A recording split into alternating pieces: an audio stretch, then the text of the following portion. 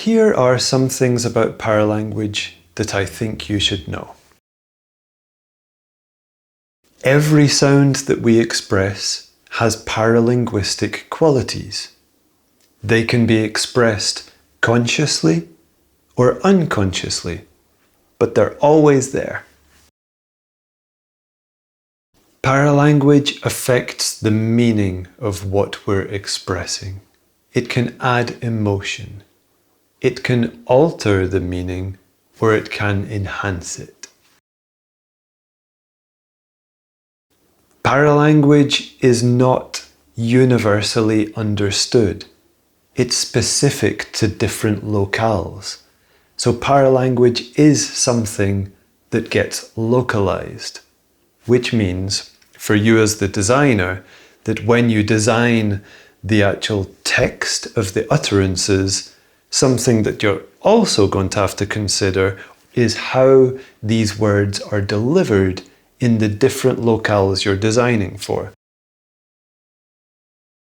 Something that is so important to know is that we don't notice paralanguage if we understand it. You know, we listen to someone speaking and we observe their body language, and if everything they're doing and saying and expressing is understood, then we don't have to think.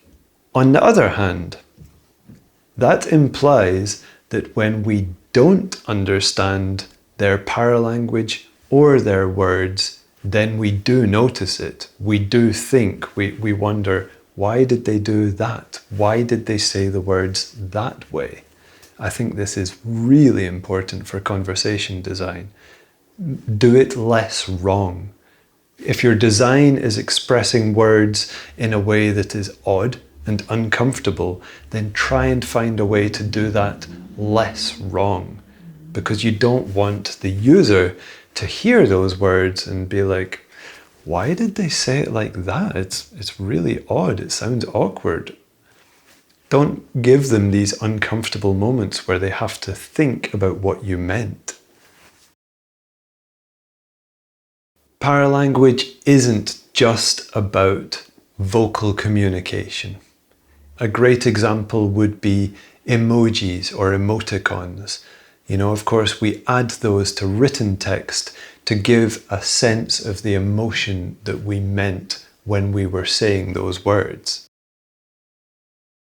When we express ourselves vocally, we give this extra layer of meaning that lets the listener know what we meant and how we meant it. I think now we have the ability to design a vocal interface, a voice interface. And suddenly we need to put our own vocal behavior under the microscope and understand what we're doing and why we're doing it and how that can make us better designers. I love it. I really love this stuff. We always speak with paralanguage. The way we use paralanguage affects the meaning of what we're expressing. Paralanguage should be localized. It's different around the world. If you use paralanguage well, it will be understood. Paralanguage can be in many types of communication, not just when we use our voice. Let's put the way we communicate under the microscope. We need to understand it if we're going to be able to design it. So, lots to think about. Just please consider that vocal communication, it's not just words. There are many ways to say the same words. And each of those ways that you can say those same words can put a different spin on them, give them a different meaning, put them into a different context.